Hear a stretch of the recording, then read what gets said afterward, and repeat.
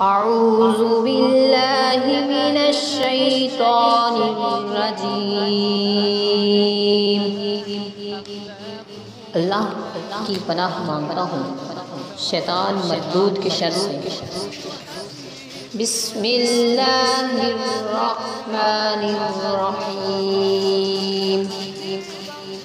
اللہ کے نام سے شروع، نہایت رحم والا ہے۔ ان الذین کفروا سواء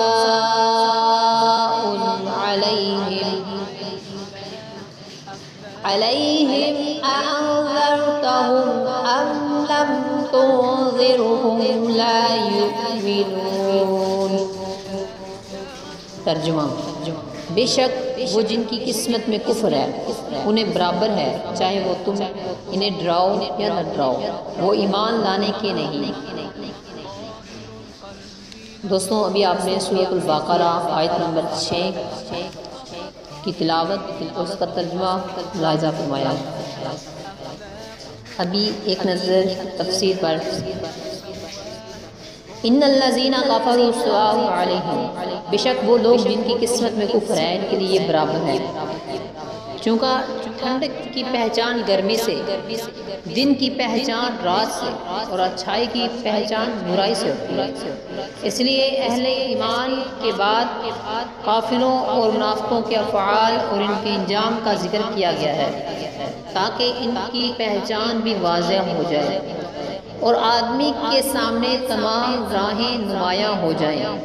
اس آیت کا خلاصہ یہ ہے کہ اے پیارے حبیب صلی اللہ تعالی علیہ وسلم، وہ لوگ جن کی قسمت میں کفر ہے جیسے ابو جہل اور ابو لہب وغیرہ کفار، ان کے لیے برابر ہے کہ آپ انہیں اللہ تعالیٰ کے احکامات کی مخالفت کرنے کے عذاب سے ڈرائیں یا نہ ڈرائیں۔ یہ کسی صورت ایمان نہیں لائیں گے کیونکہ ان کے بارے میں اللہ تعالیٰ کو پہلے سے ہی معلوم ہے کہ یہ لوگ ایمان سے محروم ہیں۔ ضروریات دین میں سے کسی چیز کا انکار کرنا کفر ہے، اور ضروریات دین اسلام کے وہ احکام ہیں جن کو ہر خاص و عام جانتے ہوں، جیسے اللہ تعالیٰ کی وحدانیت، انبیاء کرام علیہ السلام کی نبوت، نماز، روزے، حج، جنت، دوزخ، قیامت میں اٹھایا جانا وغیرہ۔ عوام سے مراد وہ مسلمان ہیں جو علماء کے طبقہ میں شمار نہیں کیے جاتے مگر علماء کی صحبت میں بیٹھنے والے ہوں اور علمی مسائل کا ذوق رکھتے ہوں۔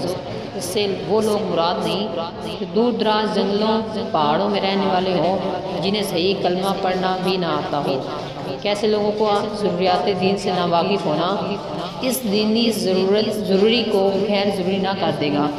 البتہ ایسے لوگوں کے مسلمان ہونے کے لیے یہ بات ضروری ہے کہ وہ ضروریات دین کا انکار کرنے والے نہ ہوں اور یہ عقیدہ رکھتے ہوں کہ اسلام میں جو کچھ ہے حق ہے اور ان سب پر ایمان لاتے ہوں۔ دوستوں، آج کے لیے اتنا ہی، ملیں گے انشاءاللہ نیکسٹ ویڈیو میں، تب تک کے لیے اللہ حافظ۔